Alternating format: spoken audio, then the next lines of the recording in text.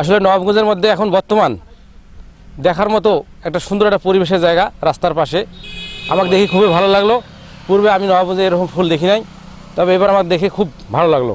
মানে ভালো লাগা আমি বলতে পারবো না, এত সুন্দর লাগতেছে আমাকে। আমরা দেখেছি যে বাংলাদেশের লাল যে শাপলা ফুল এটি প্রায় একদম বিলীনের পথে, কিন্তু এখানকার যুব সমাজ এটিকে ধরে রেখেছে। এজন্য এই জায়গাটা সৌন্দর্য বর্ধিত হয়েছে। আমরা এই এলাকার যুব সমাজকে আবারও ধন্যবাদ জানাই, এবং আমরা মাঝে মাঝে এই রাস্তা দিয়ে যাই, আমরা দেখি এবং এই সৌন্দর্য উপভোগ করি। ফুলগুলা দেখতে আমাকে খুব ভালো লাগে। আমি এমনিতেও কিন্তু ফুল অনেক ভালোবাসি, আর আমি ছোটোবেলার থেকে অনেক ফুল ভালোবাসি। আর এখানে যে ফুলগুলা এখন আমাদের হলো ছেলেরা যারা হলো এগুলো হলো মানে চাষাবাদ করছে, তাদেরকে আমি সত্যি অনেক খুশি।